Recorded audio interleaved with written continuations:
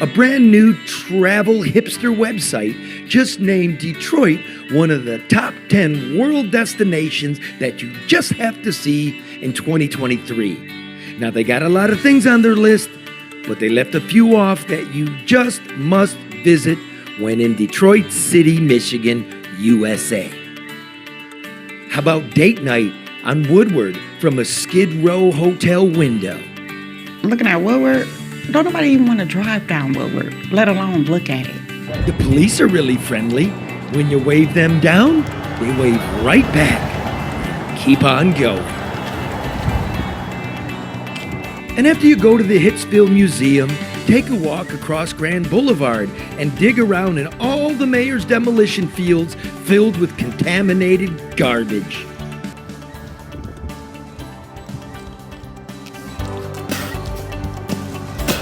Probably got mercury and lead all over there. Need something got to live next to it. And don't forget to visit Belle Isle, where you're likely to find the beach blanket hunk, Baby Jesus to Motown.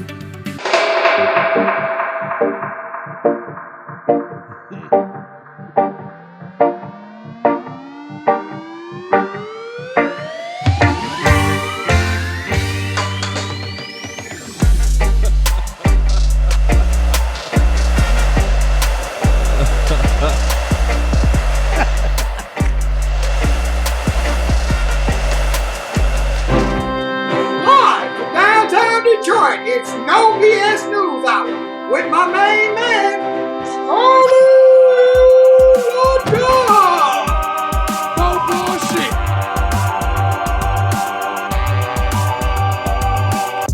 Jesus hippie, man. Baby G. You look good in the high heels, bro. Way to be a good sport. We're going to have to get you a date show. What's your Twitter handle? Hippie Jesus 313. If all of you ladies out there like a man who wears women's swimwear and size 12 pumps, hit him up. Because that's the kind of thing we do. And then look, we got Coney G in the house. There he is. Hey, Coney G.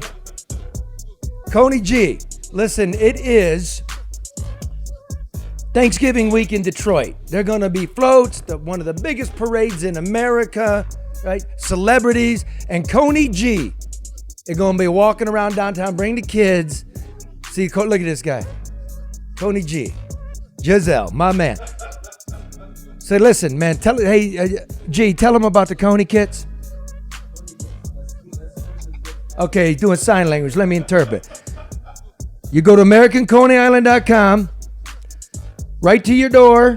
There will be a dozen the inventors of the Coney. 12 proprietary sausages. The chili recipe that's 105 years old. This is all coming back to me. The Helen Keller School of Hot Dogs. 12 buns of Vidalia onion right to your door. Make everybody happy. But remember, this Thursday is the parade. Come on down, hot chocolate, family friendly, lots of tables. You can see the parade from the window. I love it. I'll be working. Are you working, Rent? Yeah, you working, hippie? Yeah, we'll all be working. Come on down. Go ahead, get up there and give us a dance there, dancing dog. Look, my man. He seems shy. He keeps putting his hand over his mouth. Go ahead, flossing. Give us the booty shake. Give us the buns. Look at that. 12 of those right there. AmericanConeyIsland.com. And by the way, American Coney Island, again, the Detroit Metro Times votes American Coney Island the best dog in Detroit. All right, sit down, dude. Stop it. Stop hamming it up. There ain't no hamming the dog. Sit down. Sit down. Nice yelling at a hot dog. I also want to give a shout out to my really good friend, Drew Lane, the Drew and Mike podcast, of which Mark is the sidekick. The best local podcast in Detroit, voted by the readers. Yep, Metro Times, yeah. Thank you, everybody that listens and watches that show, even though you can't watch it anywhere. Thank you, Karen. Hardest working man in show business, which I don't get. This is show business? We are a top 200 podcast for news in the entire United States, and we didn't get nothing? Maybe next year, man. Maybe next year. Either way, I win. Win for you. A narcoleptic never went so far. But listen, I want y'all to hang in this program. A really fantastic program. We have Congressman Pete Meijer, outgoing Congressman Pete Meijer, who is an endangered species in America, which is a moderate Republican. He's going to lay it all out for us. Congressman Pete is also on the Foreign Affairs Committee, the Homeland Security Committee. I want to talk to him about China, Ukraine, Russia, the southern border, and the future of Republican politics in this country. Can you hear me, Pete? All right, yeah. I can cover all of that in 30 seconds. I look forward to it, Charlie. Okay, good. Just about the length of your career in Congress. Oh damn. Trump. I was like 45. Undone by 45. Wow. You're going to run for senator. We'll get to that in a minute. You should anyway. But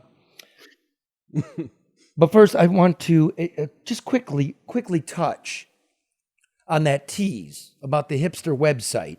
Yeah. That, Detroit's a buzz about. Because whenever we get some mention, Karen, we go crazy. We are a top 10 world destination next year, according to TravelLemming.com. You ever heard of that? Never. What is that? It looked like a bunch of privileged kids running around trying to make some hay. Okay, probably. Well, let me tell you what they said. What's good about us? We have a cultural scene, some historic charm, friendly people, which I agree with. Oh yeah. Like you really want to come here because we're a really unique people, like the most angry, friendliest people in America. It's really true. You know what I mean? No, because like in Detroit, you walk down the street, you go, "How you doing?" You go, "How you doing?" In New York, you walk down the street, you go, "How you doing?" The guy looks at you and goes, "What are you, my fucking doctor?" People in New York don't talk to you. I mean, they don't look at you. They don't talk to you. Here in Detroit, people are friendly. Real Detroiters are friendly. And that's how you know who a transplant is compared to a true Detroiter, because they don't speak and they cross the street and they look at you like they don't know where they are. So yeah, real Detroiters are friendly. Yep, and we got Belle Isle, which they note. We got Greetown, which they note. Mm-hmm. Well, we've got Eastern Market, which they note. We've got Hitsville Museum, which they note, which after that, I mean, you pretty much got 23 hours of the day to fill after that. That's not a destination, though, Charlie. I mean, those are great things. I don't undermine the value. I don't undermine the assets that this city has. I also don't ignore its challenges. But those are not destinations. Nobody's going to get on a plane from Las Vegas and say, "Hey, let's go to Detroit because I want to go visit Belle Isle." It's not. It's just not. Now, if you're here, those are things that you can do, but it's not trip specific. Have you heard of? They also say one of the great places to visit while in Detroit is the Park Avenue Historic District. You ever heard of that? No. I had to Google that. They Googled that. The look on Karen's face, she's totally lost. It's Grand Circus Park. It's like, where the Fox Theater and Comerica is. Charlie, that's another thing. We keep giving all these new names to areas. Detroit was once East Side, West Side, downtown. Now every block has a new name, and I get it. Maybe you're trying to brand the area or whatever, but I don't know. I mean, Grand Circus Park. No. Where's Midtown? What's that place called? Oh, the Cass Corridor. That's right. Exactly. Well, me and my kid were walking through Grand Circus Park because I wanted to introduce her to bums. How you deal with bums? They're nice. You just don't let them breathe on you and tell them you don't got no money. Well, hey, that'll work. Hey, look. Treat them like people. Don't get money. That's a part of the fabric of any real urban city. So, yeah. And because you aren't afraid, Charlie, there's validation there. You can tell people that, I have seen people get in the middle of the street to avoid being on the sidewalk with a person that may appear homeless or asking for money. I ain't afraid of no man or woman without a gun. You know what I mean? Not afraid of you. Mm-hmm. Yell all you want. We need more meds for our homeless. But now, I digress. Let me just give you the other top 10 from hipsterlemming.com. I mean, just to let you know where they're at. Now, Pete, we have, because we're top 200 and we're beating CNN here, we have lots of donors, which your campaign did not. And we now wait. Okay, we'll clear that up. We'll clear that up. Come on now, man. Come on, with a lot of respect over there. You got to laugh if you're gonna cry. You know what I mean? Okay. Now, if we could pan to our new technologized, to quote Red, hyper technologized GPS map. Here it is. That's a broomstick, and that's a map. Okay. Number one for TravelLemmingHipster.com. Number one destination next year in the world will be Lafayette, Louisiana. What? Which is in Louisiana, but nowhere near New Orleans. And I've been to Lafayette. I mean, it's cool. You like boiled peanuts, you go to Lafayette. Okay. Well, I don't get it. I mean, no offense. My people are from Point Coupé Parish, but you got to have family there. Okay. Number two, Bhutan. Anybody know Bhutan? You go China, you go Nepal, you go Bhutan. Now, I don't know who's got the buha to get to Bhutan with the economy doing it. You're flying to Bhutan? What are you doing? Okay, fine, Bhutan. Utila, Honduras. Okay. Honduras, right there. No, find it, Mark. You're in Texas. Do it right. That's where all the Hondurans We've got the congressman. He's on the Foreign Affairs Committee. He's watching. I know it's down It's here. it's near Honduras. I thought you wanted to know where all the Hondurans It's were. near Honduras. Oh, right there. That's Panama. Get up there. Oh, that's Panama. Get to Guatemala and then go. Guatemala. No, use the stick. Okay, that's Honduras. Now, I might say, there's lots of room in Honduras, lots of room to stay, because everybody's in Texas. There you go. Everybody's in Texas. That's why I pointed at Texas. Okay, well, here's what you do. You go to Honduras, okay? Then you make your way up to Texas. Then you ask the United States government for an airplane, and you can get back to wherever you come from in the United States. It's unbelievable. Okay, next one. Ile Sainte Marie, Madagascar. Y'all remember the cartoon Madagascar? Yeah. There's a reason they only show you the cartoon. Now it says Ile Sainte Marie. Ile means island. So there's an island off the island? Who knows? Okay, we'll move along. Kosovo. Oh. Yeah. Just like Honduras, all the Kosovars live in Astoria, Queens. So, plenty of room. Enjoy yourself. Former Yugoslavia. Salento, Colombia. Right there. Okay. Hey, what do we know about Colombia, Congressman? Stable? What's going on over there? Oh, I want to say they just rejected. Oh shit, no, that's Chile. I think they're doing well. They've been kind of out of the news lately, which is no news is good news. I mean, I see them sometimes when my wife and I rewatch the original couple seasons of Narcos. But, I'm with the Colombians. So our people on the Top Secret Foreign Affairs Committee are being informed by the Netflix series Narcos, which I will make. Yeah. I've met the Colombian ambassador. He's a great guy. I think there's been a lot of countries in South America that have been through their troubles lately, and they got a lot of kind of far left, kind of socialist folks trying to take over, and the Colombians they're doing well. If I may make a pitch, if we could allow the Colombians to actually import cocaine with a stamp, so we don't all die from the fentanyl. I'm gonna go to 7-Eleven and give me some Colombian cocaine, so I don't have to go in the corner and snort some fentanyl. I like it. Legalize it. Just a thought. Just a thought. Don't answer that. Tax it. I'm not going to touch that. But Okay, there you go. Okay. Ingenuity is always important. Yeah, kids, stay away from cocaine.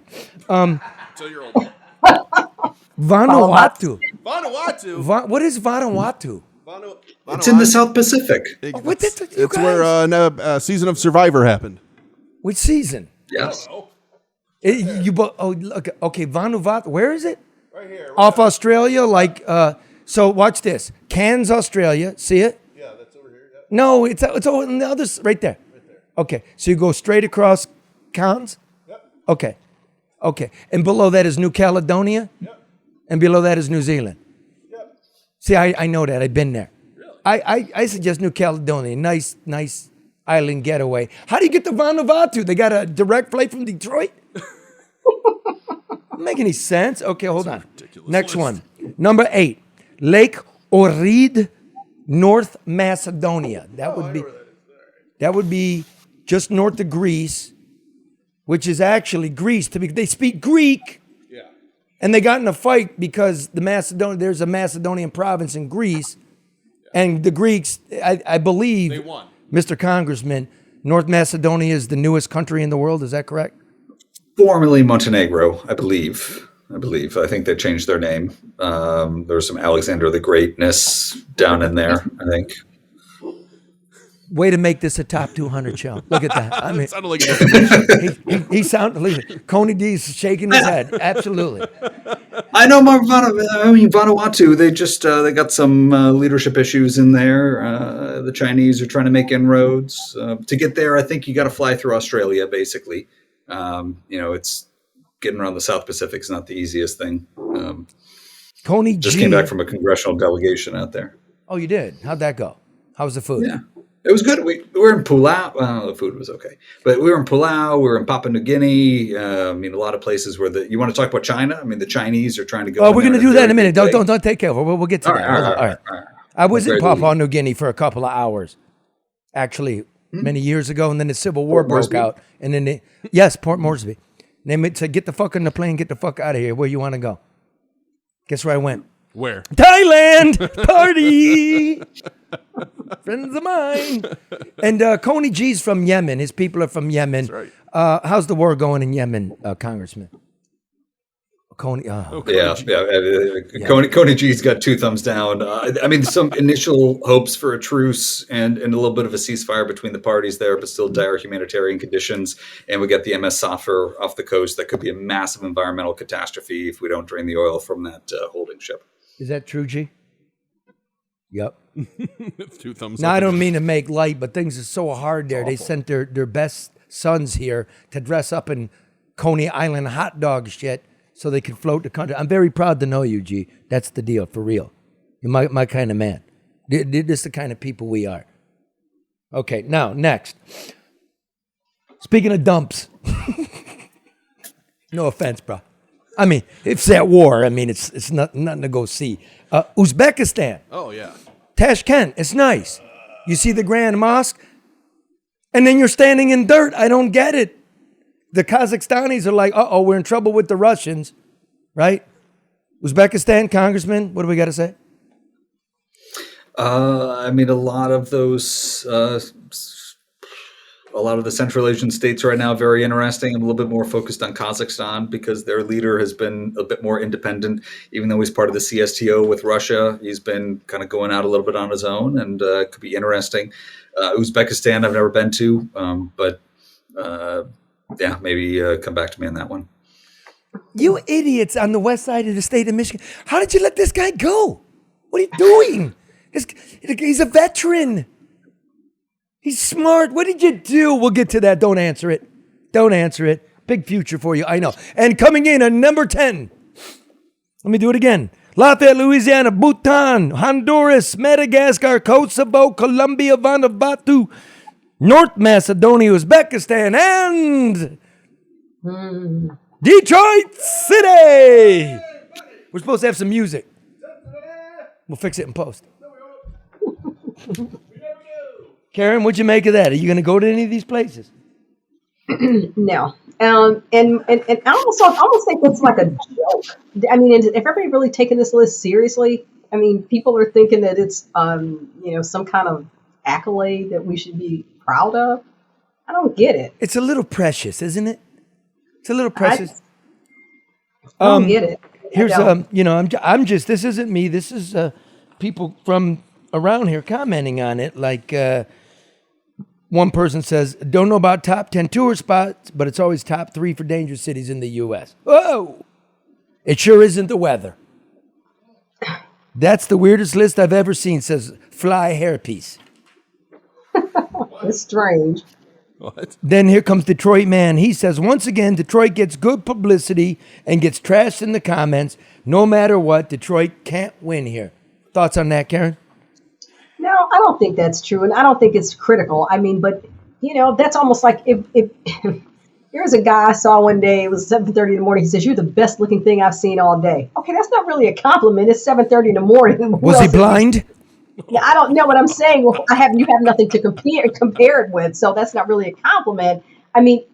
Detroit is so anxious for recognition that we're just embracing anything. Look at these other places.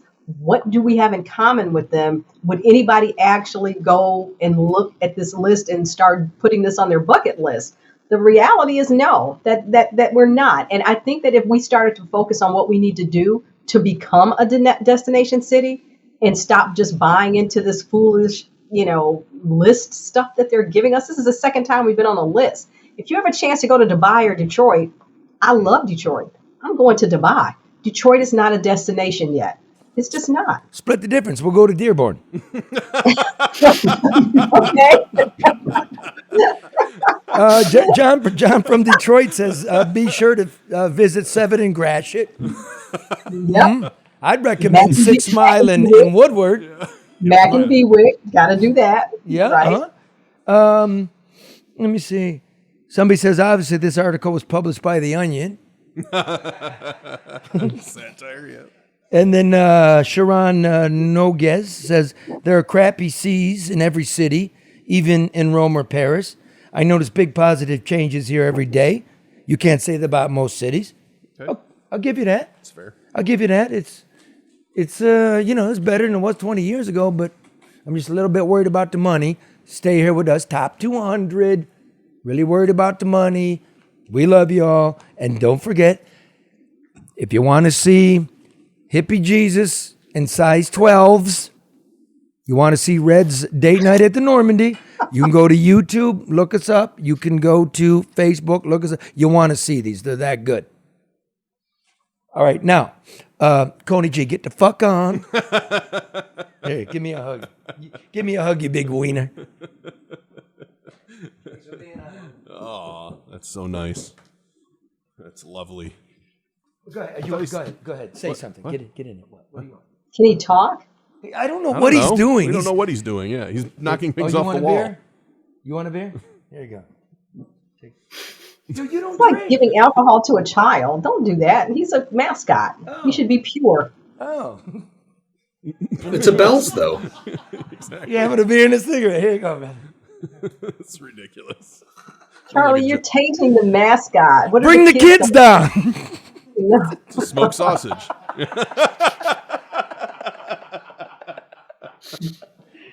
Like, get the fuck out. We got the congressman. Is that Petra Sorry, in there? Pete. So, get out. Leave him with the two-hearted. Leave him with the two-hearted. Yeah, let him It's have the empty. time. Yeah, recycle it. See you later. Red, pop up in there, man. Detroit Red.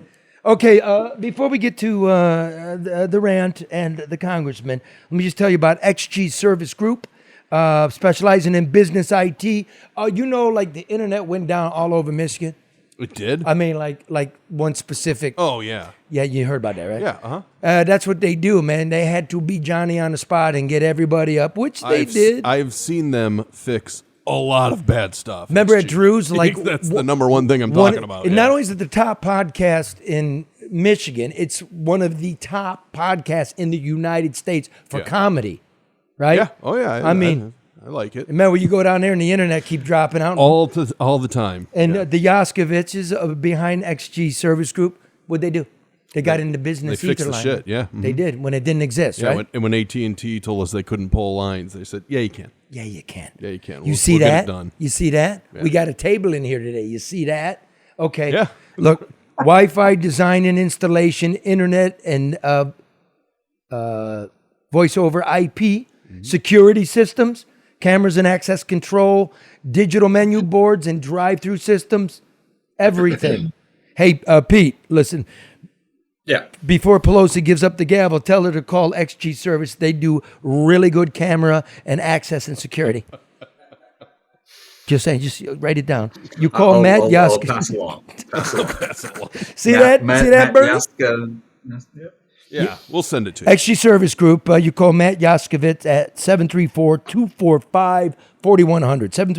734-245-4100. Now, let me just do the rant to get to the man, which I'm very pleased Pete would do this program with us.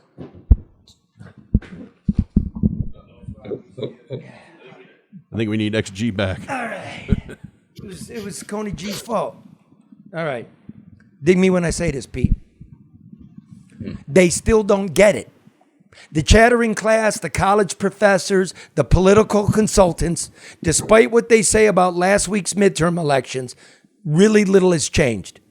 Nearly $17 billion was spent nationwide on the most important midterm elections of our lifetimes. Notice that? It's always the most now. But in the end, it's a stalemate. Abortion rights are still here, so is the election process, and the federal and state legislatures are split about 50-50. When it's all said and done and counted, it was once again the middle, the unattached independents who decided things here in Michigan. So Republicans should not whimper over their red drizzle, and the Democrats should take no solace that they weren't blown out. Crime, gas, inflation, the border, those things are real issues, but issues that can wait for 2024. This time around, in Michigan at least, abortion was always the number one.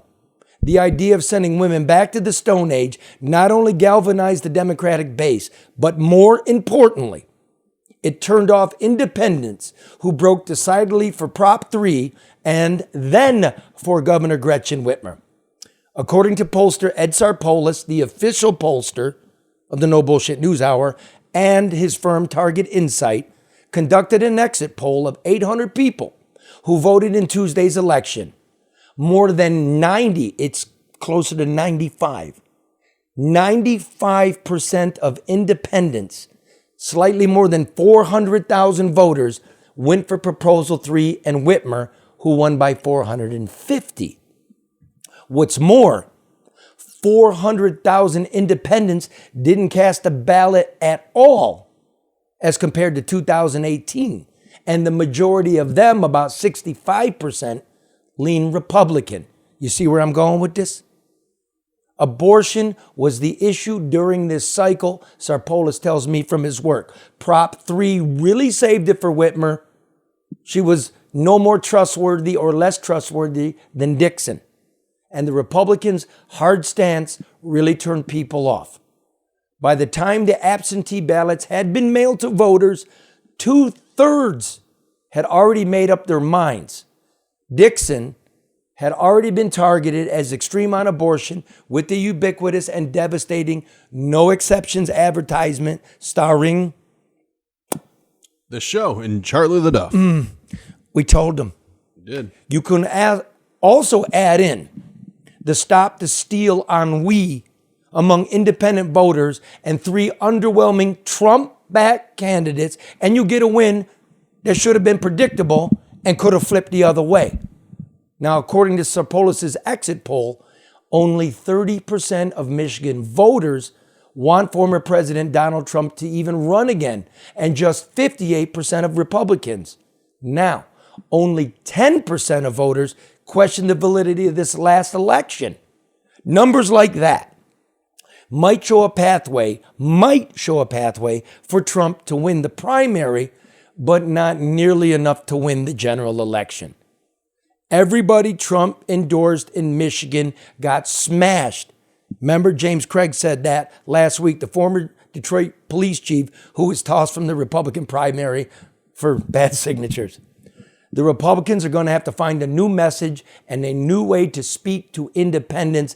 Craig said, everybody knows it. I'm going to ask it to Pete in a moment. Conversely, public radio pundits are framing the blue wave here in Michigan that delivered a majority of Democrats in both chambers of the legislature as some kind of mandate for the progressive agenda.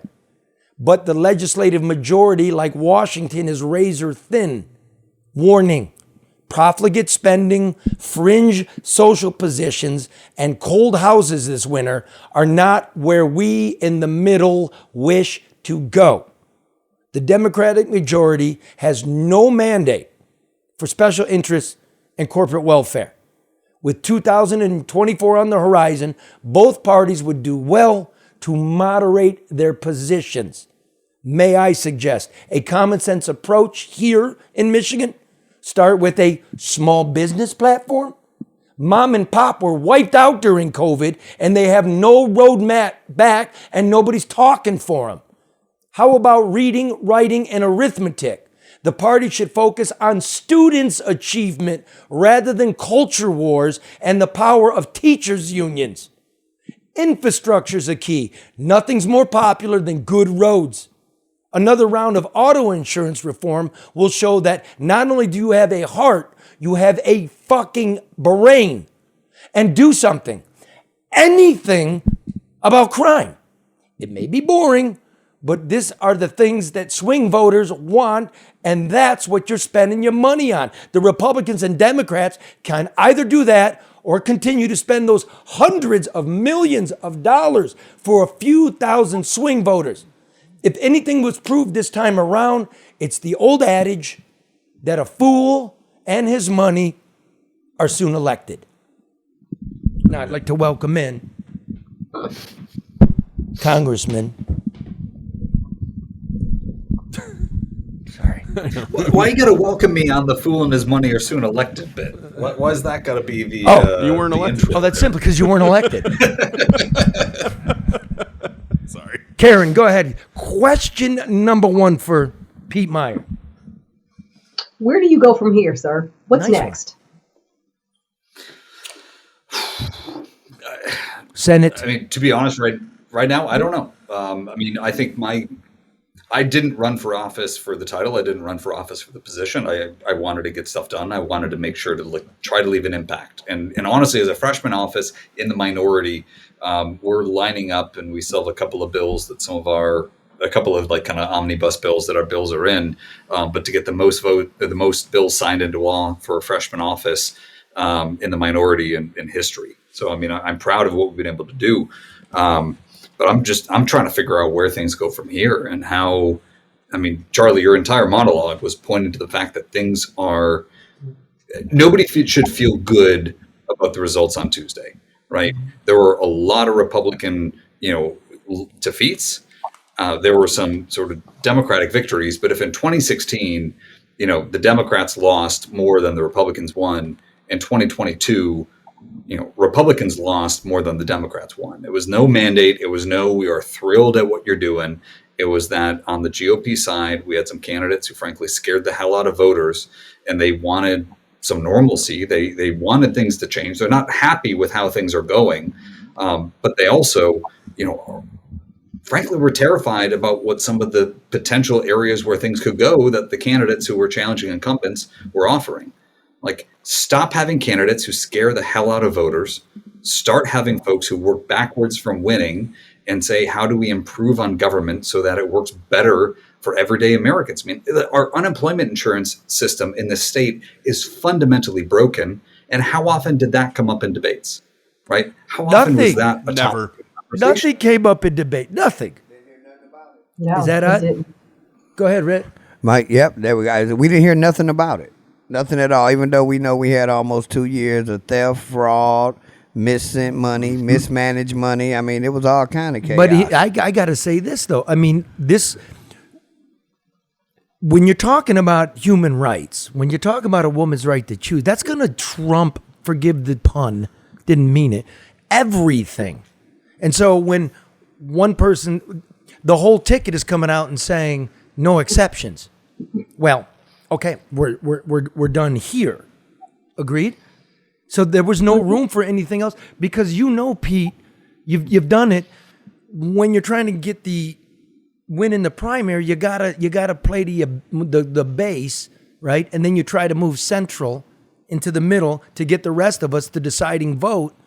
And everything's changing now with early voting, absentee ballots. Like, you just got to be you now, you think? Well, but absentee ballots used to benefit Republicans, right? I mean, this was the thing that was crazy in 2020. Yeah, I mean, Republicans used to kill it on absentee ballots, and then we had a former president who kept telling people not to vote absentee, and there were a lot of folks who were like, "Well, I was going to vote, but he's saying not vote absentee, so I'm not going to vote." Right? That is not a winning strategy. But I mean, when you talk about abortion, I mean, Prop 3 was out there. That was extreme. I mean, they talk about codifying Roe. It wasn't codifying Roe. We're going to find out about that. Right. We're going to limits. find out about that. But having said that, I agree with that. We're going to find out what it really says when you see the challenges. But let's look at you. You, you call yourself a conservative, you are. But you also voted to impeach Trump. You voted for upholding gay marriage. You're a fiscal conservative. You understand world issues. You've been out in it. Because you did that, there's a very strong Republican base. We're going to take them out. So Trump brings in a nutbag. I'm sorry, Gibbs is a nutbag. Brings him in. I'm not going to say anything negative. Okay, I'm saying it. I'm saying it. He's a nutbag. And then the Democrats jump on board. It's no secret now. And they start running commercials saying Gibbs is too conservative for you, Western Michigan, meaning the really hardcore Trumpers, it's really going to turn them on. And now you got hey, treat people out west there. You've got a liberal. The far right guy didn't work. Probably the dude in the middle might have been this Pete Meijer guy you had all along. And like, the middle's got to decide. That was the weirdest thing to watch your career here, Peter. Now what? It was also fun to live it, but I think one of the biggest frustrations in Congress is, like, I try to make a distinction between what are the politics and what are the policies. And the thing that was a tremendous frustration is that, it used to be the politics are the areas of entertainment that's around campaigning, and then you try to roll up your sleeves, get something done, and actually move something forward, right? But if you actually read pieces of legislation, it's very different than if you look at what somebody else is saying the piece of legislation does. And you can have a one-liner and a fear-based messaging about something. I mean, I can't tell you the number of times I reacted to folks who were getting just whipped up by these just total bullshit websites that had no validity, but were casting these, the World Health Organization is going to take over the country unless we turn down these amendments to the World Health Organization charter. That, by the way, those amendments were being proposed by the Trump administration, right? But it's just so disconnected from reality on a lot of this. It hits at a fear center that is very normal, that's very rational, but there's just garbage in. And if you have garbage in, it's going to be garbage out. And all of this is just a distraction from actually having government working better. Because who benefits when everything is chaotic? Who benefits when you have contentious races all the time? It's the consultants, it's the fundraisers, it's the advertisers, the media, it's the news channel, the media. Like, they're raking it over hand and fist. And meanwhile, we're left with a government that is unable to do even the things that Republicans and Democrats agree it should be able to do. We can't even get good, safe baby formula onto our freaking grocery store shelves because of the incompetency of our administrative branch. Right? These are not Republican or Democrat issues. And so what's got to happen? We, the independents, got to regulate this shit. We've now got divided government because we, the independents, swung that way. What is the future? If you could look into your crystal ball, bro. Does the Trump wing win, or does the moderate Republican, the independent, and the donor class win? My guess, I'll go on record right now. If DeSantis gets into it, I think they're gonna knock it out, and I wonder what the Trump wing's gonna do. You gonna sit home? What are you gonna do? Because the Democrats are wiping your ass. They're raising money hand over fist. They're very organized and they're very good at what they do. And I think 80% of Americans looking at the country and going, "This isn't the way." No, I mean, the presidential election in 2024 is going to be very fun to watch. Watch everyone who said that Donald Trump was the greatest threat to democracy turn around and say, well, but compared to DeSantis, Trump is a normal guy, and DeSantis, it's Death Santis over here. It's going to be fear-mongering because they know that Trump is great for CNN ratings. Trump is great for Democratic fundraising. Trump's not been great for getting Republicans elected, and we saw that last Tuesday.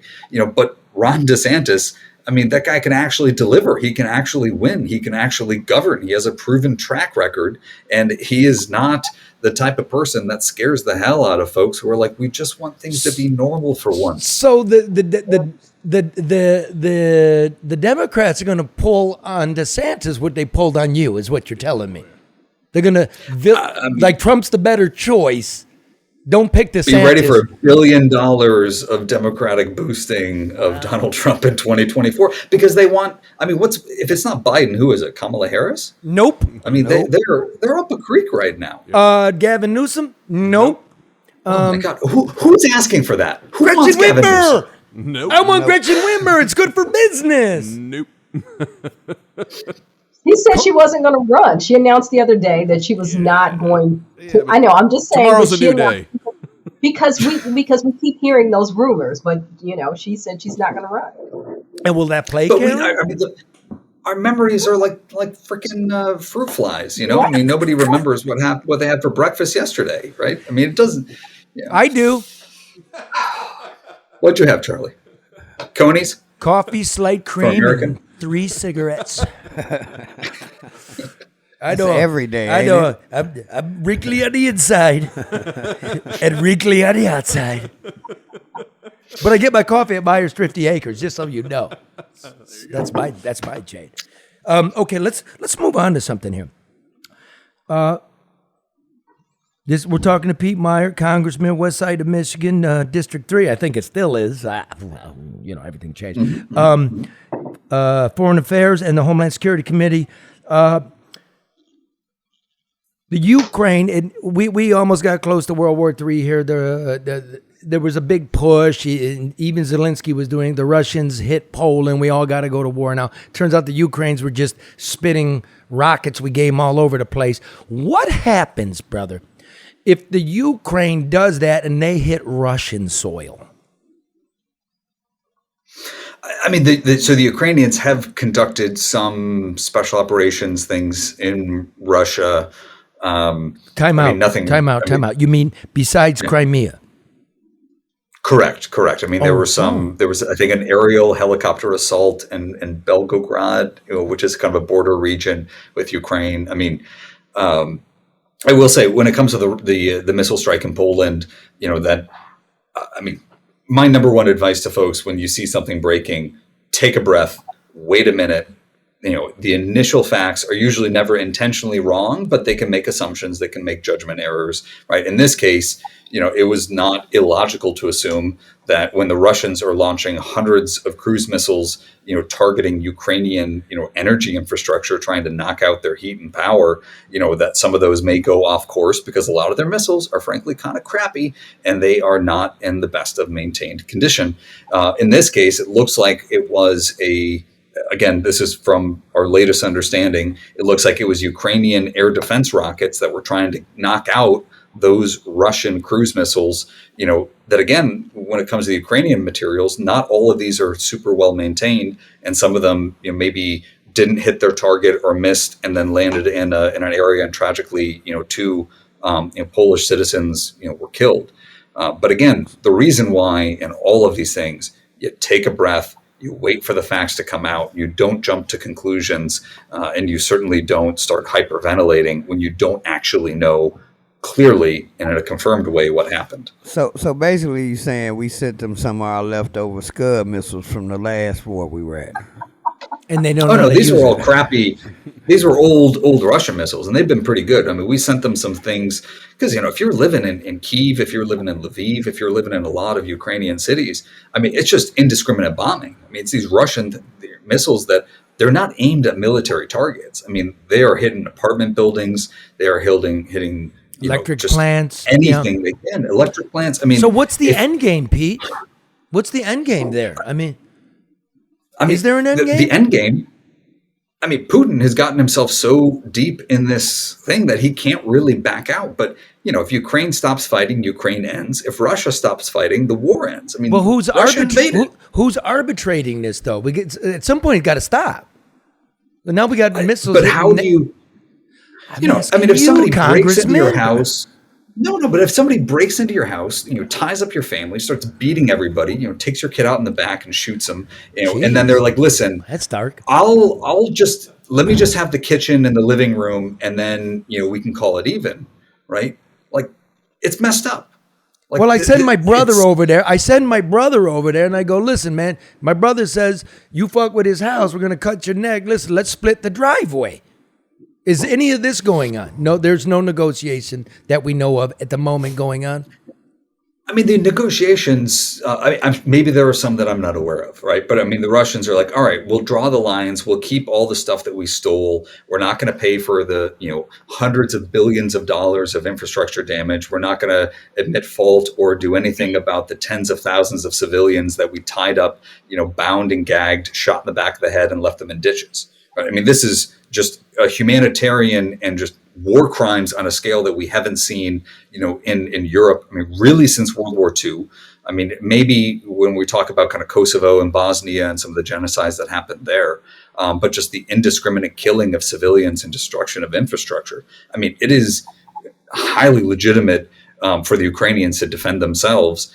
And Russia is not an actor that is acting in any way, shape, or form in a responsible way. I mean, they just want to expand. They want to, if somebody is not on their side, they'd rather they be dead than turning towards the West. And that is why they invaded Ukraine.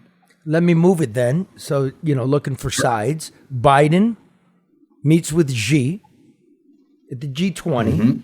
And they say things are nice, but Biden's talking about coercive and increasingly aggressive actions toward Taiwan. And then the Chinese counter with neither side should try to remold the other in one's own image. What's the calculus with China? What's the plan? Where are we going? I mean, especially when it comes to Taiwan. I mean, the best situation for the U.S. is that the Chinese never try to physically invade Taiwan. I mean, the physical invasion of Taiwan. That's the best. That is the best. And so whatever we can do to make sure that doesn't happen, we should. Dude, they got a bigger navy than us, and they keep buzzing Taiwan, and they got a bigger navy. Biden keeps saying, we're going to defend it. Pelosi's over there unilaterally. Where's that going, man? I mean, in terms of their navy, if you're counting a bunch of rinky-dink fishing boats that are going and stealing and illegally fishing in a bunch of South Pacific waters, maybe they're a little bit bigger than us. But if you're President Xi and you thought that Vladimir Putin, with his defense buildup over the past 15 years, was just going to stroll into Kyiv and take the keys and install his puppet government there without much of an issue, and then you look at the way the past 9 months have panned out for Vladimir Putin, you're re-examining your assumptions when it came to Taiwan and how easy a target that would be to take. Let me put that in regular people talk.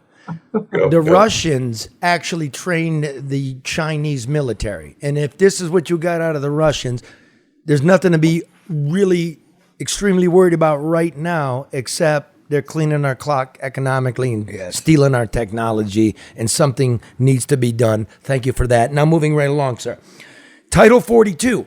The emergency pandemic order that allows the United States to ship foreign nationals coming through the southern border back to Mexico, because we don't have a treaty with Mexico for them to repatriate foreign nationals that are not Mexican. That's scheduled to end next month. You are on the Homeland Security Committee. We've had 100 people on the terror watch list come through. We now know that. Thank you. We were the first to report that because we got such a dude in Dearborn. What the fuck's up with the border? Oh, breaking news. By the way, don't answer that. Breaking news. We'll fix it in post. Hold on. Breaking news. Hold on a second. That's the reason we're not a top 100. The No Bullshit News Hour, Charlie LeDuff and Chief of Photography Byron Goggin have booked their tickets. We will be going to Mexico in 2 weeks. We will be going to Mexico and smuggling ourselves back into the United States. What do you make of that, Congressman? We're going to give you the ground level view. You're not paying the cartels, are you? Because my understanding is you don't cross that border without paying off the cartel, and that could be not only very expensive, I think a minimum of $3,000, but I mean, for somebody like yourself, Charlie, it may they may boost up the going rate. Hold on a second. Please be safe. Hold on a second. $3,250. Note to self.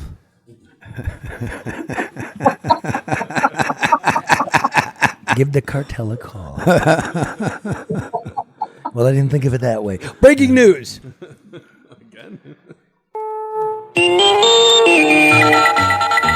Maybe I'm not going to Mexico. Just go smuggle myself in. This sounds a little hairy. I mean, you can still go to Mexico. I mean, go to Tijuana and have a fun weekend. I'm just saying, like, when it comes to trying to illegally enter, it's. Hey, wait a minute. Let's get this straight.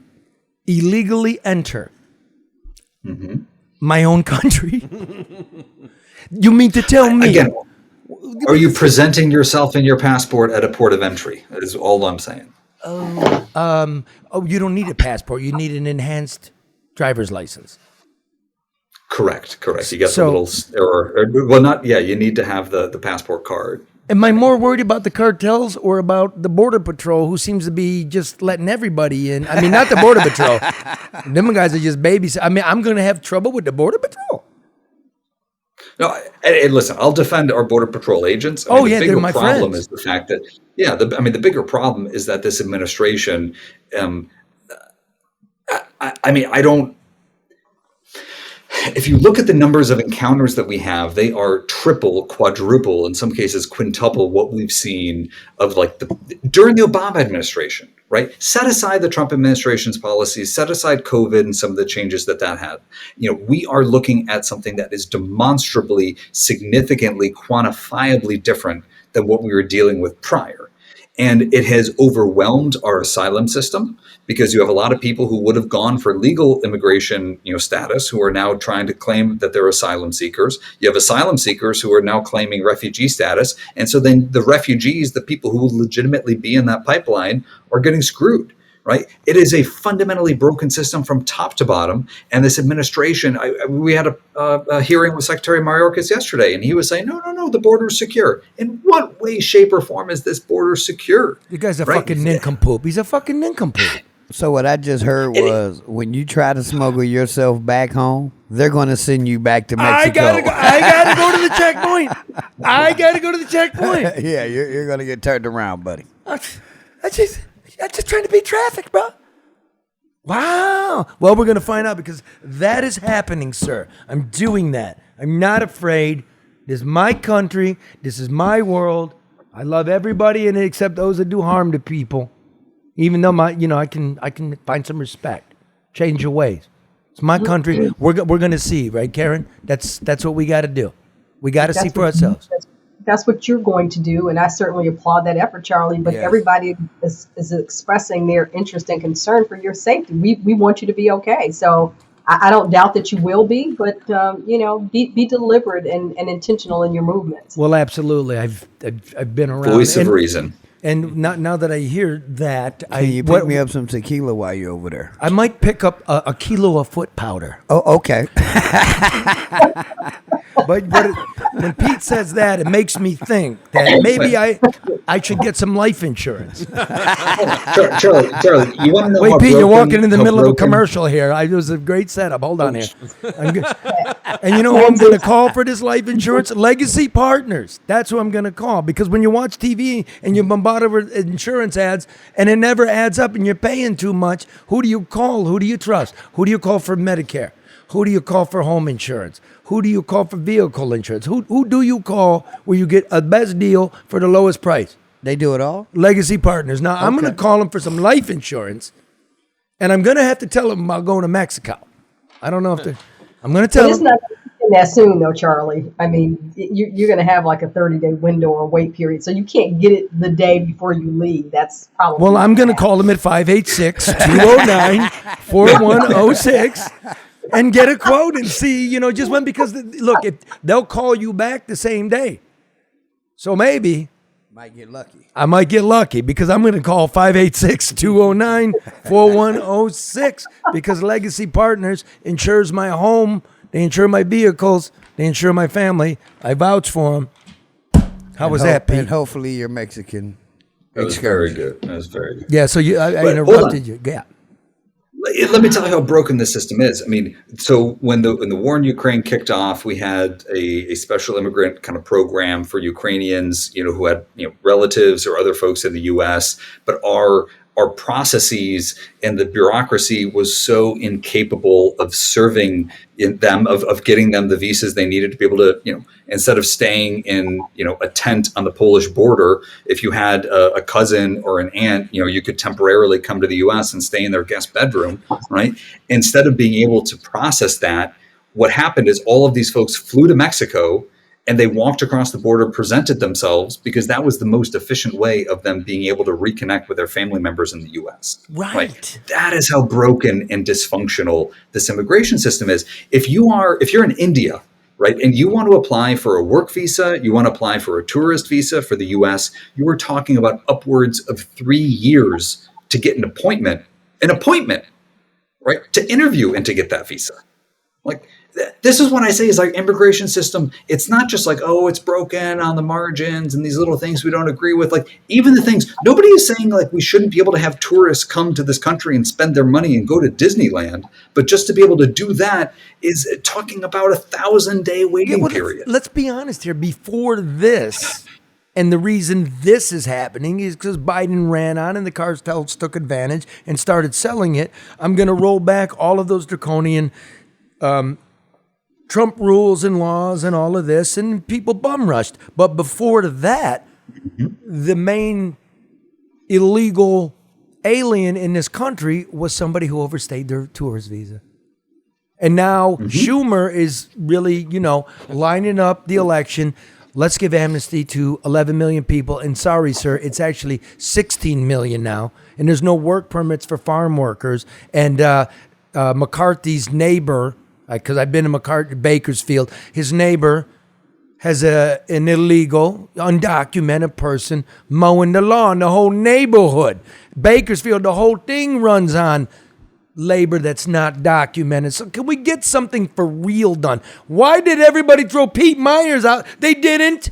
They didn't throw him out. They're going to regret it, Senator. Did I say that? I mean, Governor. I'm sorry. Hey, Pete, let me ask you right quick. We, with the system being broke, what do you think it'll take to fix it? Because that's all we've been hearing for the last... Red just wants to know, how do we fix it? Yeah. And this isn't God's answer. Right. But something, I will say, given the rates that Hispanic voters are now shifting and turning over to the Republican Party, if the Democrats think that this is a ploy to like shore up their base, I think they are sorely mistaken. But when it comes to like, how do you actually solve this problem? I mean, this is where both parties are incapable. The Democrats won't say we need any border security. They say, no, we should be able to.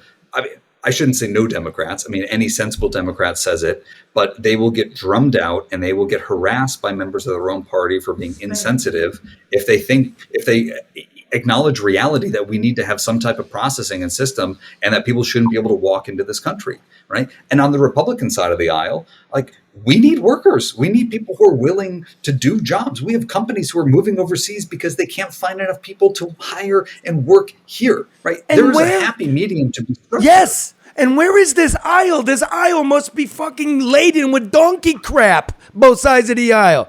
They're like bodies and corpses and skeletons and AA batteries and condoms and dollar liquor bottles in this aisle. This is aisle. We need a bridge on this aisle. Now, Hispanic, just in its own self, it's racist to say Hispanic. Go to the map. Spain, Hispaniola, that's European, man. That's not Hispanic. We're talking Latin America. Latin is racist. A bunch of light-skinned professor type. Well, I gotta finish. Bunch of light-skinned professor type people many decades ago looking for a term. Latin being Roman, meaning basically European centered again. So Latin is from the white European, Central and South American, as is Hispanic. It's not even the real thing. This is our American brothers and sisters. That's what I said. Oh, wait a minute. That's racist, because I was an Italian guy too. America's Vespucci. I don't know what to do, Pete. I'm native, man. This called Michoacan. Huh? Yeah. That's right. Y'all get the fuck out of my shit. Oh, sorry. Go ahead. I digress, Pete. You were saying what? I had a comment, and I'm not sure where that comment would have landed. You got lost in Spain. Wonderful soliloquy there, Charlie. Well, it's true. I'm an educated man who can't speak very well. But, in the end, sir, the point is to love one another on this planet and learn how to live together and learned it. I just think there's too many people. Nobody's in the 60s. It was overpopulation. Now we're talking about. Go ahead, Karen. I'm sorry. I was just filling No, there. I'm just repeating. I'm listening to what you're saying. You're saying too many people. How? Yeah. It's called overpopulation. The coming extinction. What was it? Ehrlich, the guy who wrote that book, the population bomb, thought that we were all going to starve to death if we didn't reduce it. And then guess what? Like life finds a way. We figured out how to increase our agricultural production, and standards of living across the globe have skyrocketed over the past 4 decades. Thank you, capitalism. That's wonderful. Nobody read Malthus, have they? Malthus postulated. They read it. It was wrong.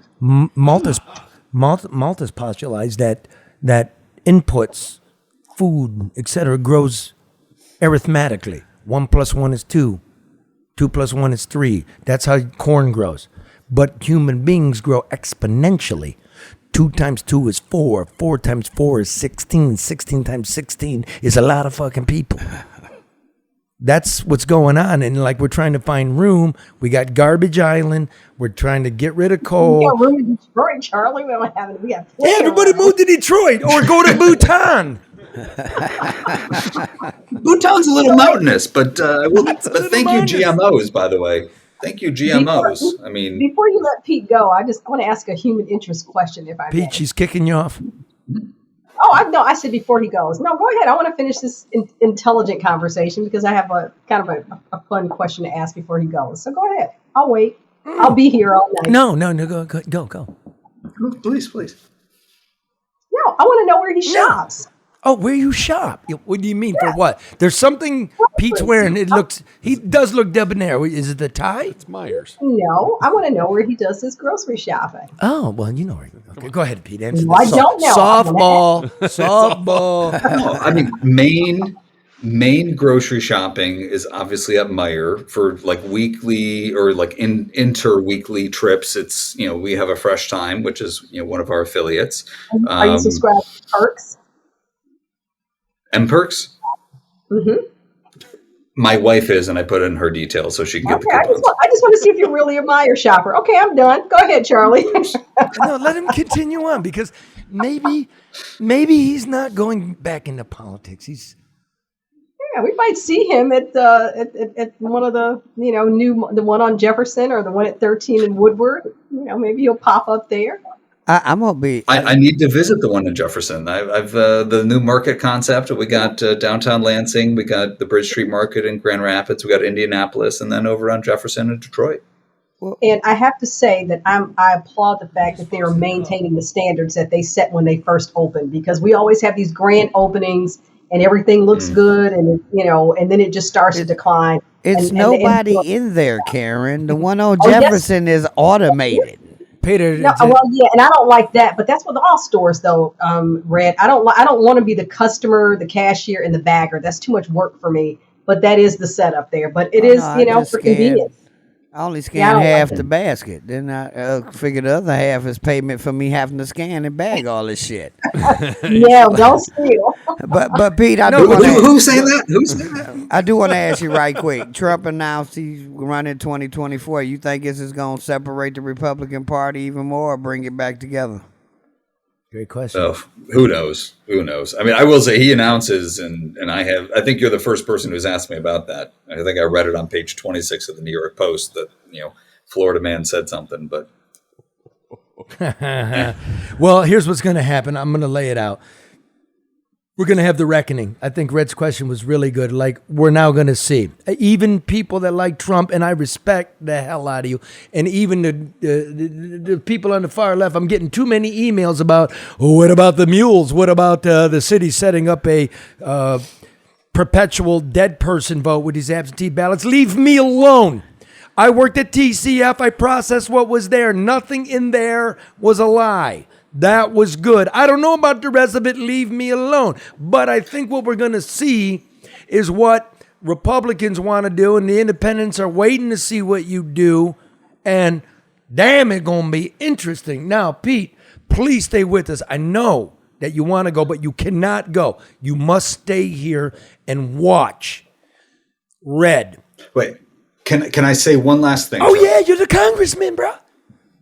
You were at TCF Center in 2020, right? Yes, sir. Do you know the most uncomfortable thing that Republicans don't want to admit and that Democrats don't want to admit about the city of Detroit in the 2020 elections? What was that? Donald Trump improved on his 2016 margins. He did better in the city of Detroit in 2020 than he did in 2016 because he did better among Black and Hispanic voters. Yeah. That totally shuts down the Stop the Steal narrative on one side centered around Detroit. It also shuts down this idea that it was all a white supremacy election on the other side. Like, voters are complicated. People react in all sorts of different ways. Nothing is ever a really crisp and clear narrative. But at the end of the day, like, our government isn't working, our government isn't delivering. And instead of having folks who just continue to blame the other side, I want to hear solutions. I want to hear people who treat voters with respect and don't talk down to them, who don't treat voters, frankly, like, as many of my colleagues in the DC do, think that people are idiots. And if they just recite the same lines, people will nod along. Folks are not that simple. People are complicated. People are smart. If you treat the voters as they are intelligent human beings, which they all are, that's what we need to be doing. And that's what our politics needs more of. And, again, I mean, you respect the outcome of your primary and you're telling your people, I respect that, right? And nobody's complaining how that came out, especially you. So stop being a spoil sport and a pucker lip. And like when it doesn't work, you believe in the system until it doesn't benefit you. This is crybaby America. That's not what we are. Mm-hmm. I accept completely the results. I will continue to poke and jab and make sure it's honest. I'm glad you're here, dude. Stay for this. Stay for that. You're going to like this. This is real life. You got it. Come on. You sucking on that pint of whatever that was. Come on now. You stay for this because Red is going places. Red got divorced, got put out, had to move into I'm sorry to say it, Red, the flop house. And wait a minute, don't roll that. This Netflix, if you're listening, this is, you're dummies. You're dummies. And I'm going to tell you that Red at the Normandy Hotel Part 3 date night, how to get a date up in this, is brought to you by ADR, as always. Experienced, competent, smart, and ethical. Oversee government, I'm not even going to read this, government, construction, deconstruction, IT, all your needs for big projects. Small ones are welcome too, but this is the consultant that keeps everything running. All right? This is Barry Allen Tuck. Free consultation, 248-318-9424. Get the job done right, on time, on budget. ADR is bringing you the new Netflix series. I claim it. Life at the Normandy. And I'm going to let you talk about this afterwards. But Pete, you didn't go. Did he go? I got to go, Charlie. You got to go. No. I will catch up on this. Oh, I bet you. I subscribe. Where do you catch up on this? Apple Podcast app. Way to go. Is there like a Patreon or a Substack I got to do as well? Substack. I think I see how he lost he's so that beltway. primary. Thank you, man. Hey, Karen, look at that sweet jacket he's putting on. Look at this guy. Where does he shop? I mean, for his clothes. He doesn't buy his clothes at Meijer, I'll tell you that. Oh, but, they sell clothes at Meijer. They sell clothes at Meijer. We sell clothes at Meijer. I got a very nice pair of polo gray jogging pants from Myers. On sale. Let's get something right before he goes. It's not Ford's. Yeah. It's not Myers. It is, Pete. It is whatever you want it to be, my friend. I'm not settling this one. It ain't even Myers Thrifty Acres no more, dude. No, it's just Meijer.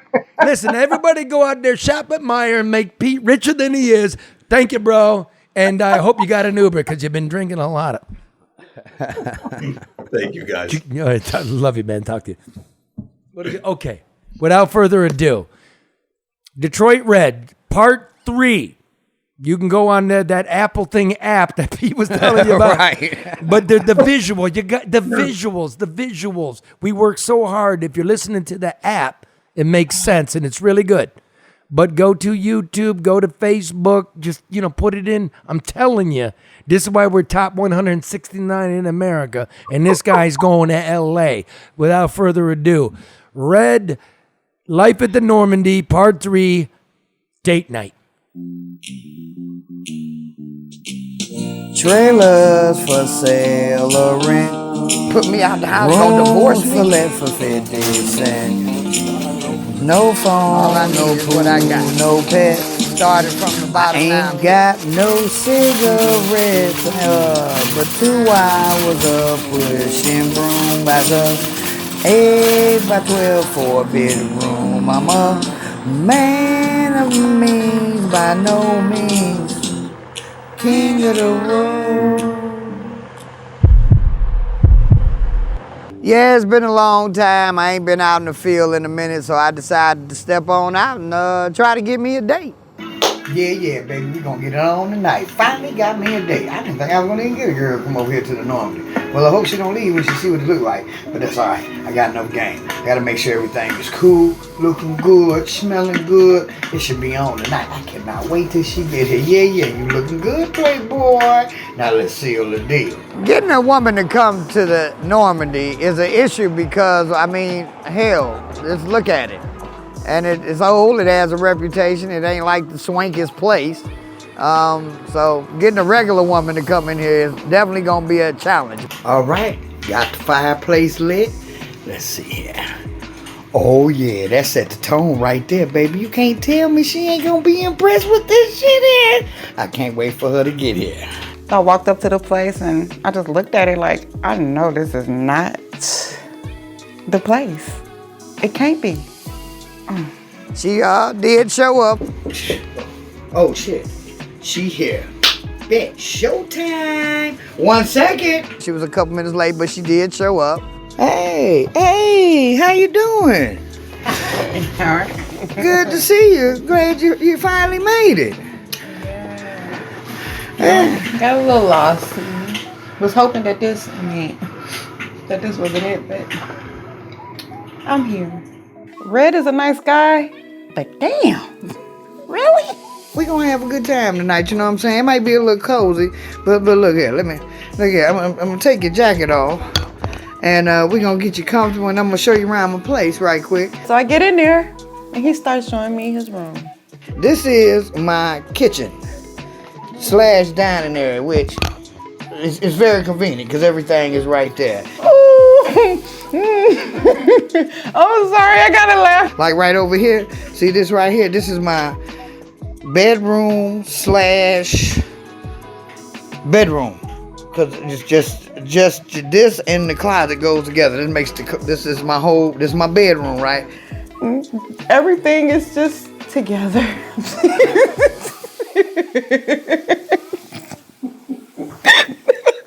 And then if you step over here, this is my living room. And of course, you couldn't forget about the fireplace. That was the piece de resistance of the whole setup.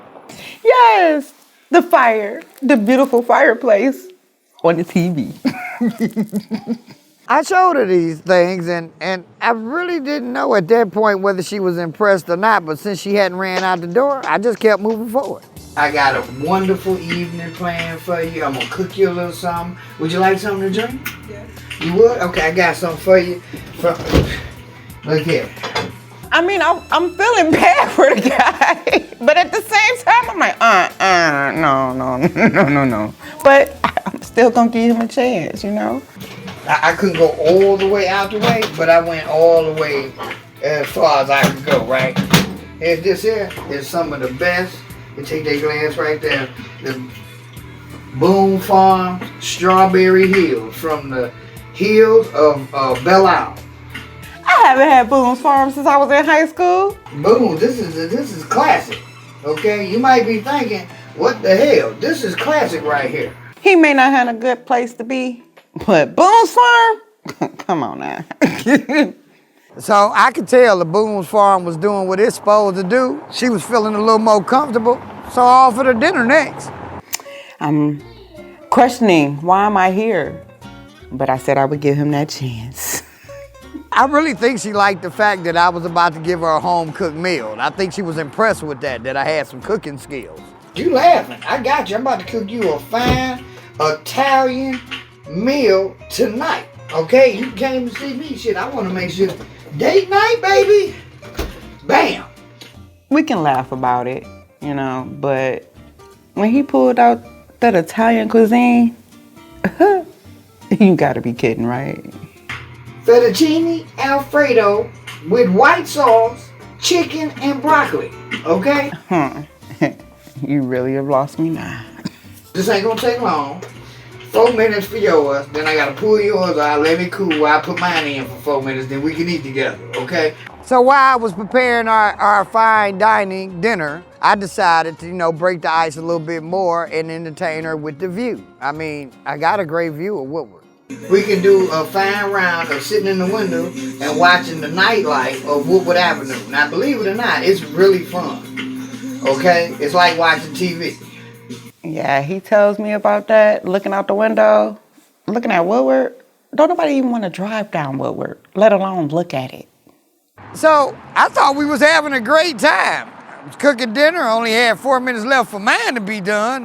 Knew the scene broke the ice, and I don't know what happened. So, my dinner was finished, but he still had to do 4 more minutes for his. That definitely was the final straw for me. So, I came up with an excuse. And she got a phone call to go to work on a Saturday night at the bank to wash pennies. Wait a minute, baby girl. What, you leaving? Yeah, I gotta go to work. You gotta go to work? Emergency call. Emergency call? It's Saturday night, though. You work at the bank. I know. I gotta go wash the pennies. No, nothing. Nothing could get me out of there quicker. You gotta do what? Go wash the pennies? Who the fuck washes pennies at a bank on Saturday night? Okay, whatever. Red is a very good guy. Get what he's going through. Get why he has to be there. But, yeah, no. Not for this one. I hope I only had 3 minutes left for mine to be done, and we could have been eating dinner together. I think. Wait a minute. I think she made that up. You think? Go wash them pennies. You got. Well, hey!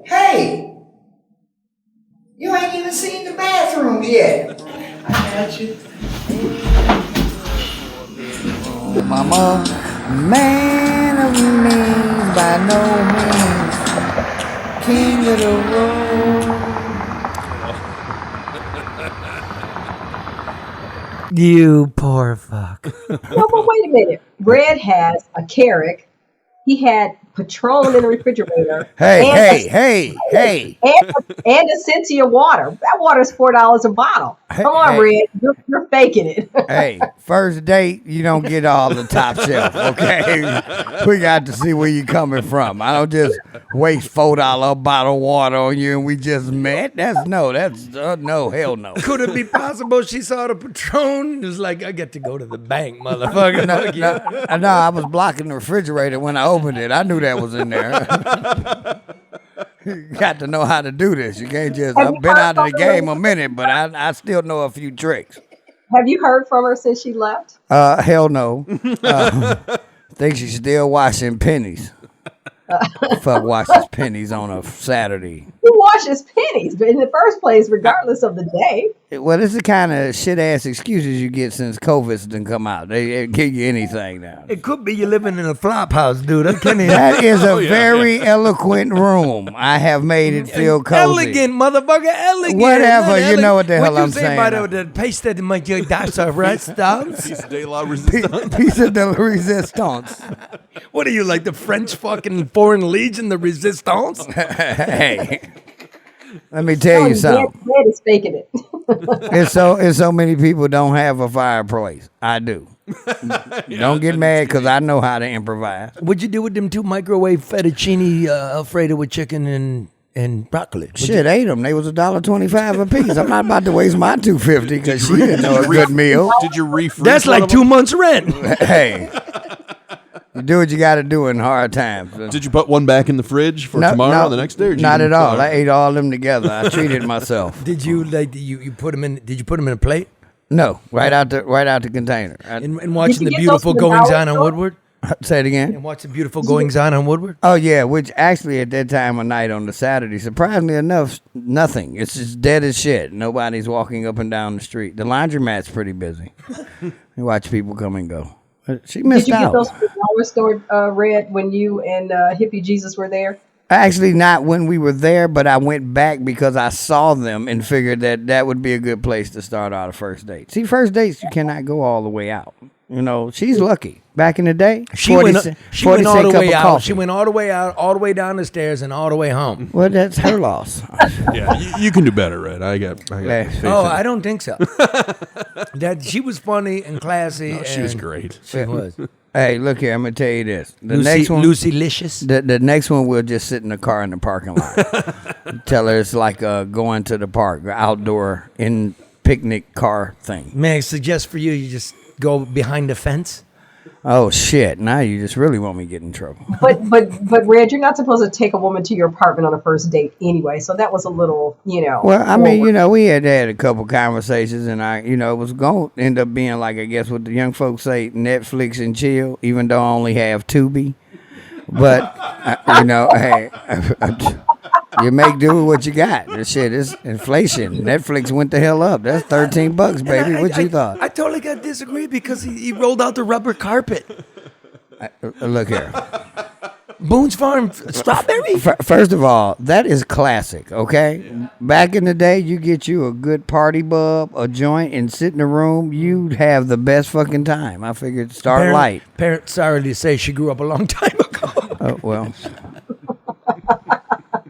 Maybe I should have got the Snow Creek Berry.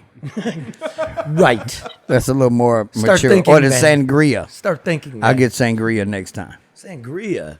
Yeah, that's the Boone Farm has sangria. If you get sangria, I want you to go to urgent care and get rid of it. What are we going to do for Red? Maybe there's some ladies out there that would, really give him a legitimate chance. After seeing that, I don't think so. Maybe we can hook up Red and Jesus. Not at all. He likes fettuccine Alfredo. No. First of all, he won't look weird where you're living. I can't be with nobody who wears a bigger heel size than I do. That's not an odd thing over there. I won't go wash pennies. I'll stay the whole night. Come on. Man, he'll polish marbles if you know what I'm saying. Hey, you know what? I really don't like where this is going now. If my dating chances was blown before this piece, they really fucked up now. All right, y'all. See you Monday.